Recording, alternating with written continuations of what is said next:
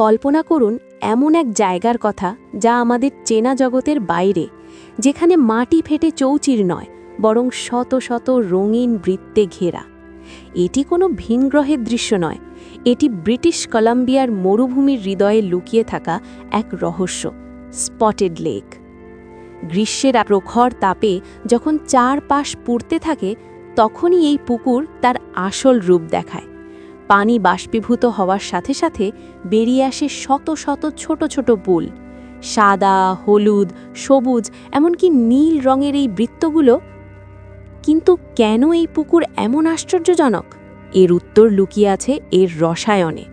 এটি বিশ্বের অন্যতম খনিজ সমৃদ্ধ জলাশয়।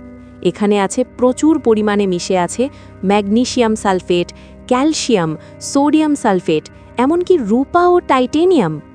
গ্রীষ্মে পানি শুকিয়ে গেলে এই খনিজগুলো জমাট বেঁধে শক্ত হয়ে যায় এবং বৃত্তাকার স্পট বা দাগ তৈরি করে। এক একটি দাগের রং নির্ভর করে তার ভেতরে থাকা নির্দিষ্ট খনিজ উপাদানের পরিমাণের ওপর। এই পুকুরের ইতিহাস যেমন অদ্ভুত তেমনি রোমাঞ্চকর। প্রথম বিশ্বযুদ্ধের সময় এই হ্রদের খনিজ বা সল্ট উত্তোলন করা হতো গোলাবারুদ তৈরির জন্য। একসময় এখান থেকে প্রতিদিন টন টন খনিজ নিয়ে যাওয়া হতো। স্থানীয় ওকানাগান আদিবাসীদের কাছে এটি অত্যন্ত পবিত্র। তাদের বিশ্বাস প্রতিটি বৃত্তের আলাদা আলাদা ঔষধি গুণ আছে।